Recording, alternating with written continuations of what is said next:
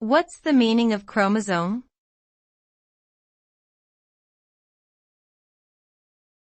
Chromosome.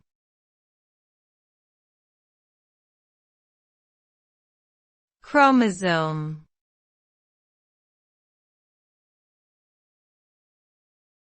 Chromosome.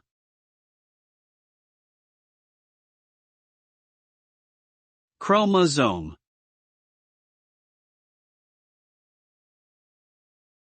A chromosome is a long, condensed strand of DNA that contains multiple genes.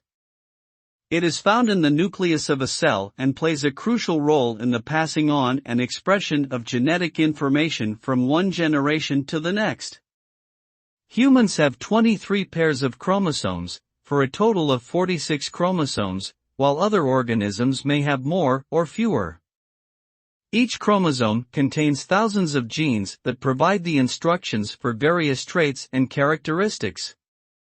Abnormalities or changes in chromosomes can lead to genetic disorders and diseases.